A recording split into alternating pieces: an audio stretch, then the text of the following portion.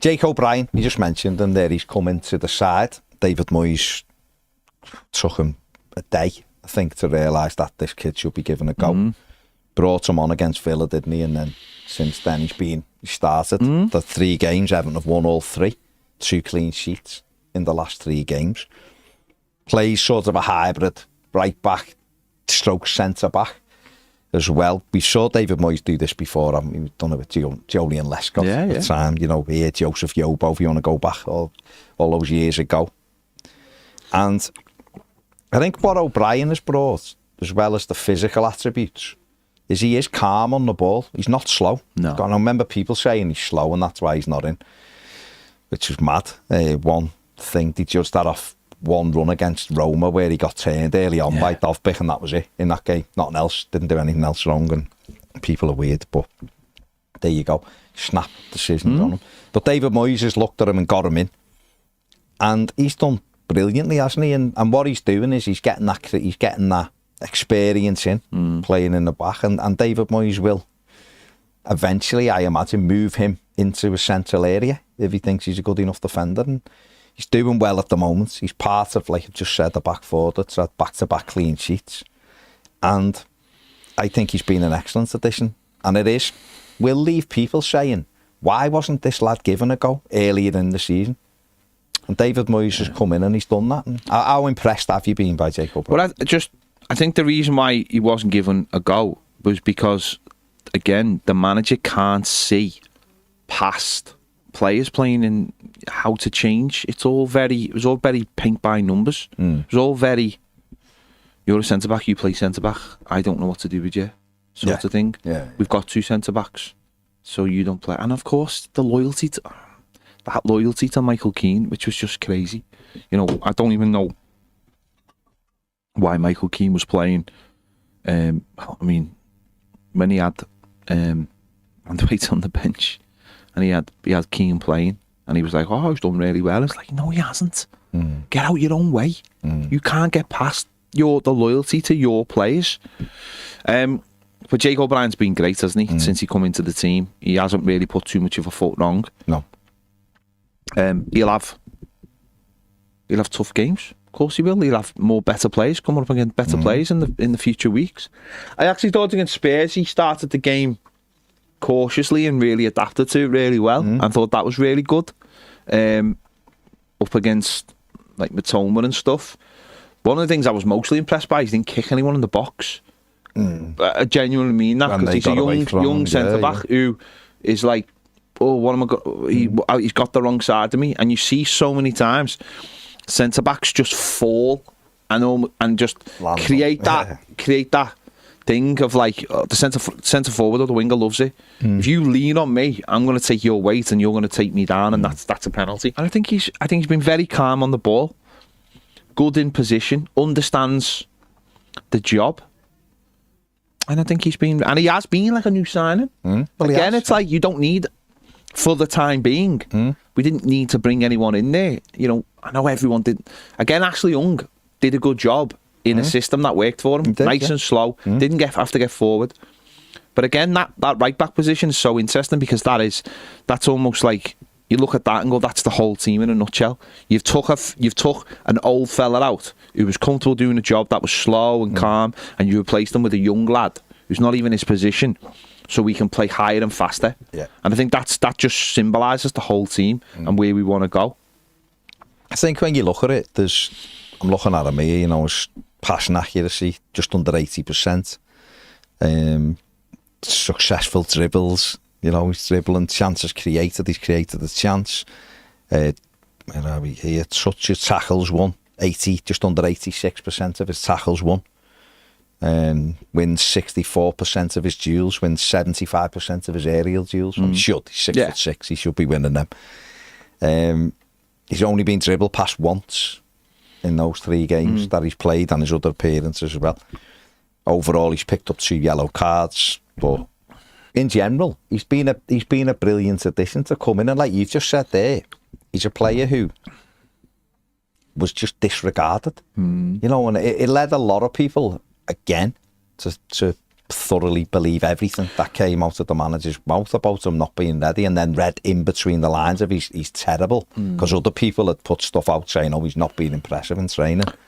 But because he has been sort of kept back a little bit, it is like a new sign. He's got in. Now, it's early days, but he's looking really solid. But look at the damage that can do, though. The damage of you start questioning the questions were, why isn't he playing? If he's not playing, that means he's not good enough. If Michael Keane's ahead of him and he's fourth choice, he's not good enough. Why did we waste money on him? Why did we waste £16 million or whatever it was on him when we needed a winger and we needed this and that? What's Kevin Thelwell doing? But that one decision from the manager, not in alignment with the director of football, to not give this lad a chance, suddenly falls on Kevin Thelwell. And you're connecting the dots, and then so Kevin Thelwell's doing a terrible job based off this one thing because the manager won't play him or doesn't know how to play him, or hasn't got the bollocks to play him, and it ripples across the football club, and that's why the director of football and the manager have to be in alignment. It looks like the Freakins have found like a blueprint with Ranieri and Moyes, and at the weekend Roma got a last minute equaliser against Napoli, and everything seems happy over there. And I said to him, it's going to be very interesting what happens in the summer, because it could be for Roma, because it could be almost like the blueprint that happens to us, with who comes in for them and how much power they give them. But you've got to have a manager who does have a certain amount of power, but is in alignment with the director of football, and as long as they're in alignment, it doesn't matter what that alignment is. As such, Moyes can't be buying all the players. No. The director of football has to look at the bigger picture. But you can't have a director of football who buys players for a manager who won't play those players. Yeah, because it damages the club. Because what's the point? It's just pointless. It doesn't work. Or you have to come out and explain that, like, a Jakob Bryan is for the long term, and these are the things why you're doing it. I think, tell you what's interesting, I've seen in the last 24 hours 2 directors of football doing interviews with their club. Okay. Spurs did one, and there was another one as well. I can't quite remember who it was. So they'd be interesting to see if Everton do something similar. They have done in the past, so why not?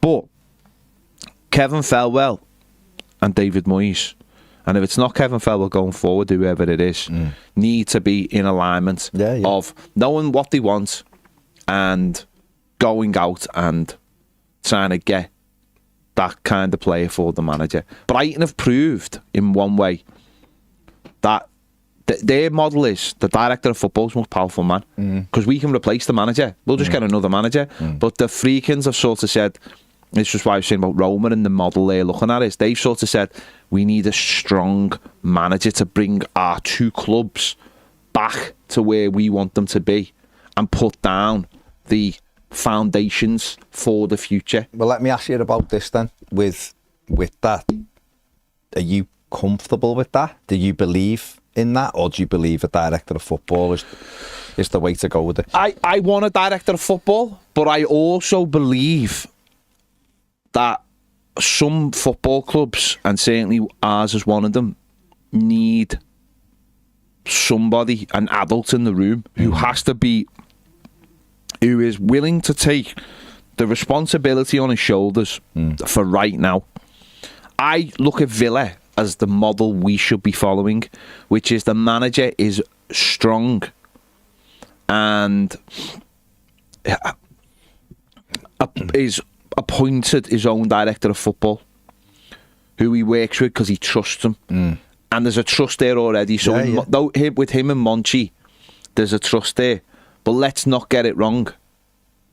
The manager rules the roost of Villa. And they've had massive success because of it. And I think in the short term, that's what we should be striving for. A manager who understands the football club when nobody else does. Back to Jakob Bryan then. You know, Kevin Thelwell done that deal, obviously. John Sexter was very agreeable to it, because he thought he was going to get the club. But do you think this should give people a little bit more confidence in Kevin Thelwell, though? Because Kevin Thelwell has looked at Jakob Bryan before he went to Lyon, when he was at Everton. And And obviously there's other players where... It's what I'm trying to say is Jakob Bryan evidence that Kevin Thelwell isn't as bad as people sort of say. And I know everyone doesn't say that, but what I mean is his reputation isn't amazing because he's also working in a club that has been through a really difficult period as well. What do you think? I keep my options open on all the directors of football. I think they've had a really tough ride. Yeah. I think Brands could have been amazing, but they didn't let him do anything. And then and he said it himself. You've got to let the director of football, like we said, like shape what's going on around the club. I do think the media have portrayed directors of football as some kind of weird, like, transfer guru that spot players. Like, it doesn't, like, Brighton have an algorithm that was designed by the owner because he's a poker player. You know, and he doesn't even let them play with it for free. The club have to pay for that, and it's quite a lot of money as well. Exactly. So he loans it to the club. It's mad, but he got that off Benham, didn't he? But that sets the targets that they go and look at basically through an algorithm. So there's this idea that like they are and Man United thought the same thing when they were getting Dan Ash. Yeah. They're not these transfer gurus that can spot players a mile away. Good footballers can spot, good managers and stuff can spot players and scouts. It's just pointing them in the right direction, isn't it? So I think it's not just Jakob Bryan. I think Njai's a perfect. Yeah, he's really good sign. He saw Njai at Sheffield United. He couldn't, not when they win the Championship. They couldn't afford to bring him in, and Marseille took him, and it just fell very fortunate. And when Marseille wanted to bring new players in because Njai hadn't settled properly, we got an opportunity to take him, and we took him. And it was, I know people will go, and we often make jokes about it, like, you know, he only knows certain players. But I think he said he doesn't like to throw targets away because if they were good once, they're still good now. So if an opportunity comes, and Dan Juma's a perfect example, it didn't work. Again, because the manager, who knows what Dan Juma might have done under a different manager. But if a manager, he sees a target and he said, well, I liked him 6 months ago, why wouldn't I like him now? I've done all the work on him. I've done all the work and I like him. And we've gone through it all. And we've sat down and we've decided we want him, but we can't afford him, and then he becomes available. Why wouldn't you go back for him? So I do think that there's an Thelwell isn't this terrible fella that I think people put him in there. I think he's someone who works very hard for Everton Football Club. Whether he's going to be the right fit under David Moyes, we won't know. No, it's a different question. We won't know. We haven't even got a CEO. No, that's the next thing. That's the thing. Jakob Bryan, listen, we've just put a poll there. Just go and vote in it. No, go and vote in it. Let's get as many of your opinion as possible. It's 98% yes, he's a good signing. Someone said he isn't. That's fine. Oh, sorry, no, that's not right. Have you been impressed with them? 98% have said yes. Somebody hasn't been, but that's fine.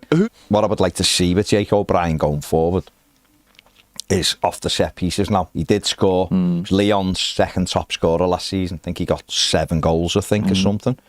He's massive. He had one disallowed against Leicester. He was offside in the right place. But that's what I think I'd really like to see from him next, because he is massive, 6'6", but he moves really well. And what I've been impressed with him as well is when we have broke and he's been allowed to get up the pitch, he isn't afraid to go on the overlap when he's massive.